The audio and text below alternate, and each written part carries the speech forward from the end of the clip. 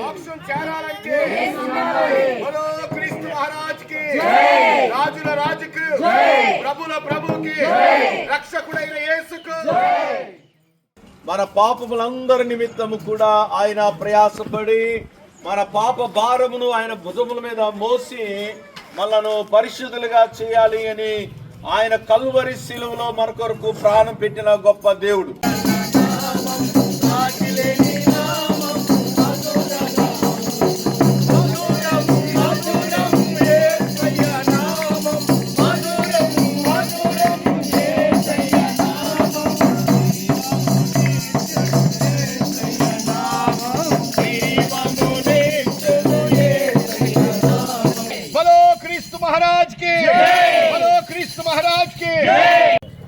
ప్రియారా, ఈ ఉదయకాలపు ఈ యొక్క సాయంత్రము మేము ఒక శుభవార్తను మీ వద్దకు మేము తీసుకొచ్చినాం.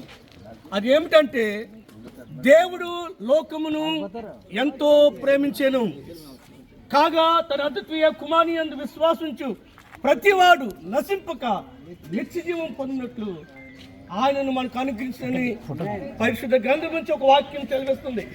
పిల్లరా, గురుజన అప్పారావు అన్నారు, లోకమంటే మట్టి కాదు, లోకమంటే మనుషులు. అంటే దేవుడు ఎవరిని ప్రేమిస్తున్నాడంటే మనుషులకి చేరుకోవాలని యేసు క్రీస్తు ప్రభువారు నరావతారుడిగా ఈ లోకంలోనికి జన్మించాడు. ఎందుకు ఆయన మానవుడిగా జన్మించవలసి వచ్చింది అని ఆలోచిస్తే, ప్రియారా, రక్తము చిందించకుండా మానవులకి పాప విమోచన లేదు.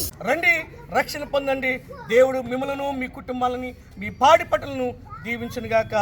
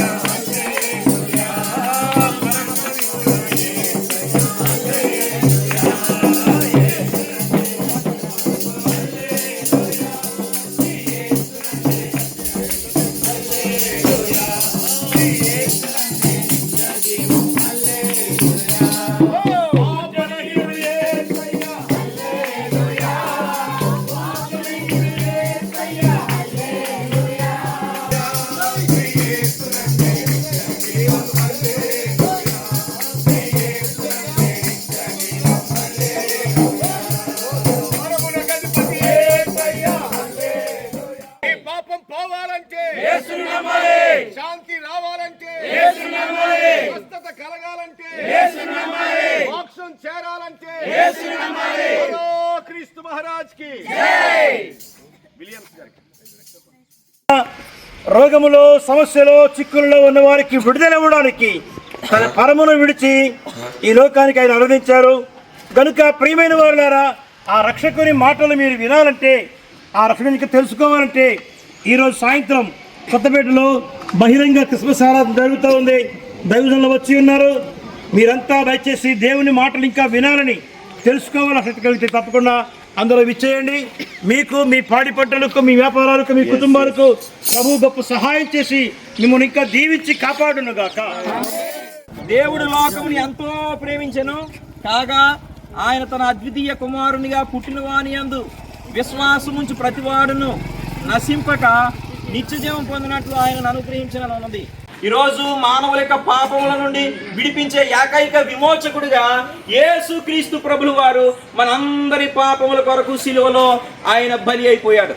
సిలువలో మన కొరకు రక్తం కార్చాడు యేసు ప్రభు వారు. మన కొరకు సిలువలో చనిపోయారు యేసు ప్రభు వారు. చనిపోయి 3వ దినాన ఆయన తిరిగి లేచారు.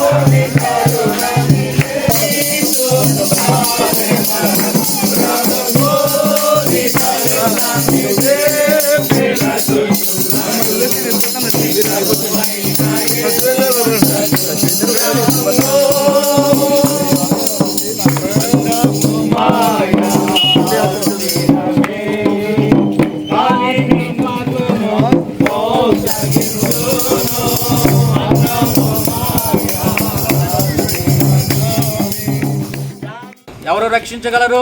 భూమి మీద పుట్టిన ప్రతి మానవుడు కూడా పాపియే, కానీ పాపము లేని మానవుడు కావాలి.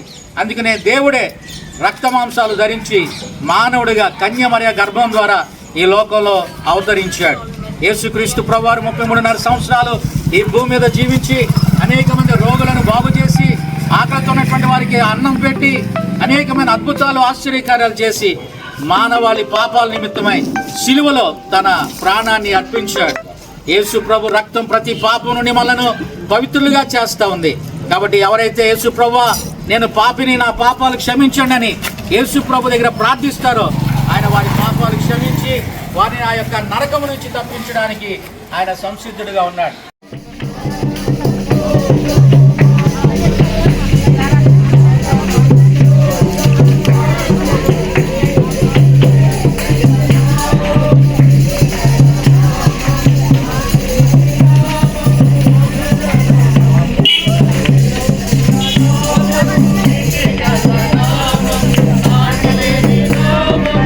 ఆయన 33.5 సంవత్సరాల వయసులో తన యొక్క రక్తాన్ని సర్వలోక మనుషుల పాపాల నిమిత్తము ఆయన కార్చి తన యొక్క సిలువలో మరి తన ప్రాణాన్ని పెట్టి చనిపోయి సమాధి చేయబడి 3వ రోజున ఆయన సమాధి నుంచి లేచాడు అని చెప్పడానికి మేము సంతోషిస్తున్నాం.